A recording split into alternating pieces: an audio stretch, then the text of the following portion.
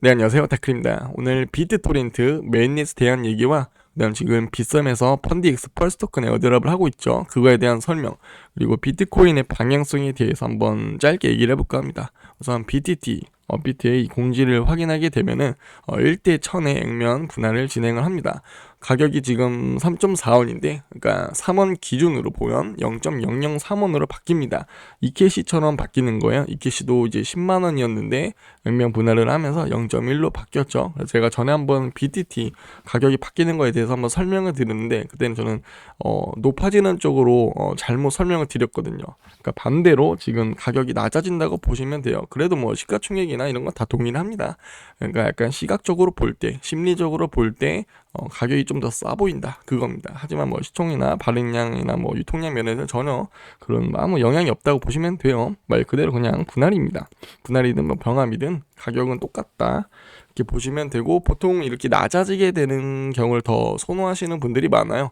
왜냐면 가격이 낮아 보이면 더 싸 보이니까. 그러니까 뭐 현재 비트토렌트를 보시는 분은 3원으로 보게 되는데, 이 2022년 내년에 새로 이제 코인을 하시는 분이라면 그때 비트토렌트가 0.003원으로 바뀌어 있다고 하는 걸 처음 봤다고 하면 왜 이렇게 가격이 쌀까? 이렇게 알고 있겠죠. 그러니까 코인을 많이 한 사람은 좀 약간 유리한 점이 뭐냐면 이렇게 뭐 가격이 바뀌는 부분도 알고 있으니까 이건 가격이 싼 게 아니라 원래 한 3원 정도 했고 2021년 12월 30날 기준으로 원래 비트 토렌트가 3원이었다. 근데 나중에 시간 지나서 0.003원으로 돼 있다고 하면 결국엔 똑같은 가격이죠. 근데 비트 토렌트를 잘 모르고 그때 코인을 하시는 분이 보면 0.003원으로밖에 보지 못했기 때문에 그렇게 가격을 인식한다는 점이에요.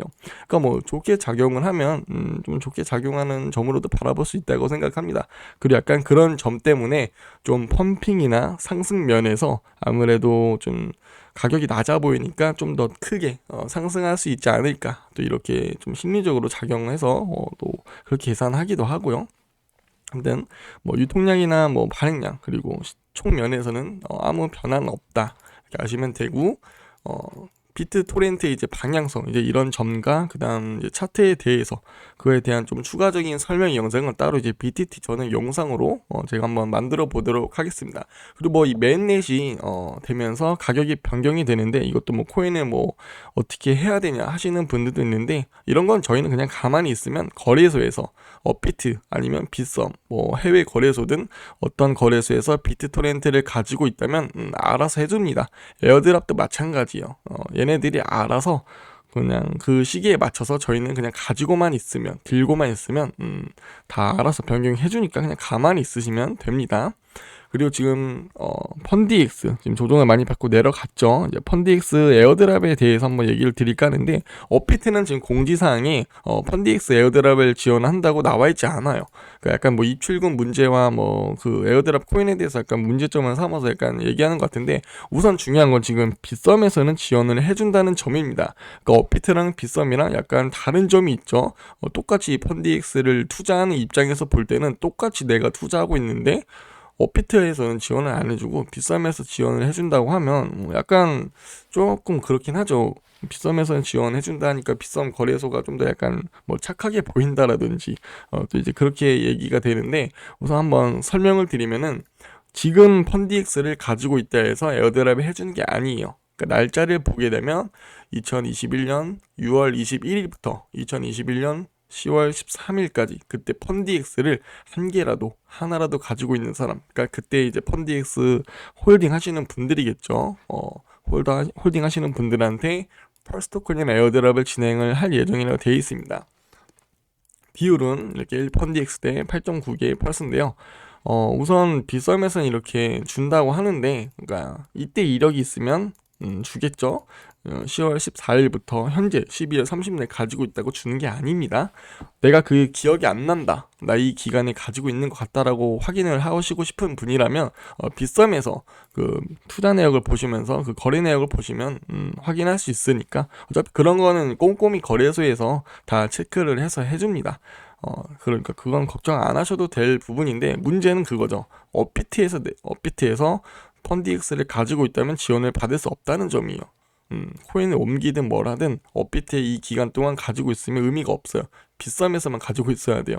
그게 정말 좀 그렇죠. 이게 이 에어드랍이라는 부분이 거래소에서 알아서 해주는 게 맞습니다. 그렇지만 안 해줘도 그렇게 몇 번이나 좀 안 해줬던 그런 이력도 있고, 그러니까 한마디로 보면 거래소에서 가져가는 거예요. 그래서 제가 지금 약간 이렇게 얘기를 드리고 있는데, 빗썸은 주는데 업비트는 안 준다. 업비트에서 이 재단 측에 요청을 해서 받을 수도 있다는 점입니다. 그 말은 저희들이 이제 그 펀디엑스를 갖고 있는데, 그 펀디엑스를 그냥 업비트에서 가지고 있는 거예요. 펀디엑스의 펄스 토큰, 펄스 에어드랍 받는 코인을 업비트는 가지고 있는데 저희들한테 안 주는 겁니다. 업비트가 그냥 먹는 거예요. 그렇게 될 수 있다는 겁니다. 그래서 이런 설명을 드린 거고, 보통 업비트는 이런 에어드랍 지원에 대해서 좀 잘 안 해주진 않았거든요. 그래서 저는 약간 빗썸이나 업비트 둘 다 오랫동안 써봤지만, 보통 업비트에서 지원 많이 해주는데 왜 이번에는 그 빗썸에서도 해주는데 왜 안 해주는지 모르겠습니다.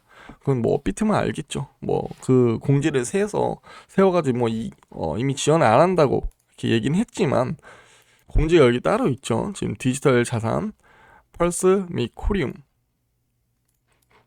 에어드랍 발표했으나 미지원 안내. 이제 펀디엑스의 개발팀은 바이낸스 스마트 체인 기반 디지털 자산인 펄스 보상 에어드랍에 대해 안내했다.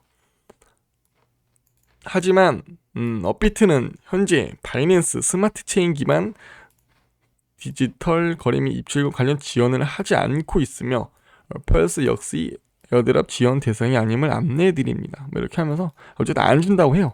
빗썸은 주는데 업비트는 안 준대요. 그 결과론적으로 보면 안 준대요. 그래서 업비트가 꿀꺽 할 수 있다는 점입니다. 물론 안 받을 수도 있지만 그건 모르는 거니까. 약간 어쨌든 좋지 않은 점이고요. 그렇게 펀디엑스는 지금 빗썸만 준다라고 아시면 될 것 같습니다. 이제 비트코인 방향성에 대해서 다시 한번 또 이제 설명을 드려야 될 것 같은데, 지금 또 5,800에서 5,700까지 뚫린 상태예요. 저번에도 제가 한번 유튜브 생방송 때 비트코인이 5,700만 원 가량 내려갔을 때, 그때 한 3, 4일 전쯤에 생방송을 할 때 그런 상황이었는데, 그때도 5,700일 때 너무 좋지 않다, 약간 이거 내려가는 쪽으로 마음을 잡고 있어야 될 것 같다라고 얘기를 드렸는데, 바로 이제 하루 이틀 뒤에 다시 올랐어요. 근데 또 지금 또 떨어져 있는 상태인데, 그래서 제가 그 상황을 얘기해 드린 만큼 저는 다시 그때도 5,700이었지만 다시 한번 또 버텨주고 다시 5,800이나 900 가면서 다시 또 이제 6,000을 바라보는, 그런 회복을 바라보는 그런 쪽으로 지금 계산을 하고 있습니다. 여전히 저는 빠진다라기보다는 빠지지 않고 버텨준다. 그러니까 상승을 많이 못 보여줄지라도 뭐 6,500이든 6,000 후반이든 그렇게 못 보여줄지라도 일단 6천만 원, 제일 중요한 거는 6천만 원 위로 올라서는 겁니다. 이제 5,700에서 빠지지 않는 게 제일 중요하겠죠. 그래서 저는 여전히 뭐 지금 또 5,700이 간당간당하게 있지만 빠지지 않을 거라고 계산을 하는 쪽으로 생각을 하고 있어요. 그래서 뭐 차트 분석, 차트 관점에 대한 그런 빠지게 될 경우, 그런 것도 이제 하락에 대한 관점에 대해서도 한번 이제 영상으로 제대로 해서 설명을 드려야 될 것 같은데, 그거는 이제 제가 내일 한번 설명을 드리도록 하겠습니다. 일단 저의 의견은 빠지지 않는 쪽으로 계산을 하고 있다는 점인 거고, 이제 하락인 관점에 대해서도 그래도 얘기는 드려야겠죠. 뭐 상승의 관점으로 볼 수 있는 사람도 있고 하락의 관점으로 볼 수 있는 사람도 있으니까요. 그리고 뭐 정말 상승이 될지 하락이 될지도 모르는 거고, 이제 그거에 맞춰서 약간 시나리오를 짜고 대비를 하는 건데, 그렇다 보니까 저는 그 두 가지의 관점을 다 공유하는 마음으로 영상을 찍어서 올릴까 해요. 그래서 일단 지금 또 많이 너무 불안하지만, 일단 뭐 빠진 거 아니니까 또 빠져봐야 알겠지만, 그래도 빠지지 않는 쪽으로 생각을 하고 있습니다. 뭐 투자 면에서는 지금 마이너스가 한 10% 정도로 되어 있어요. 이제 마이너스 한 4%, 5%에서 유지 중이었는데, 이번에 비트가 5,700을 가면서 이제 좀 대부분 투자하시는 분들이 이제 마이너스가 5% 이상이 늘어났을 겁니다. 뭐 회복이 되면 금방 오르는 거니까, 그리고 추가 매수할 현금이 있으면 되니까. 저 또한 지금 빗썸에서도 뭐 한 4천만 원 가량 그렇게 현금 비율을 많이 높이고 있죠. 계속 보여드렸고요. 그렇기 때문에 뭐 내려오게 되면 추가 매수해서 쭉 가져간다고 생각을 해야죠. 하지만 뭐 이제 문제는 이미 현금이 없으신 분들인데, 분들은 이제 그런 분들은 좀 손절을 조금이라도 해서 이제 떨어졌을 때 다시 한번 평단을 좀 좋게 유지해 본다고 생각을 하고, 그렇게 약간 손절량을 쳐서 현금 보유량을 살짝 늘리는 방향으로 하시면 좋을 것 같아요.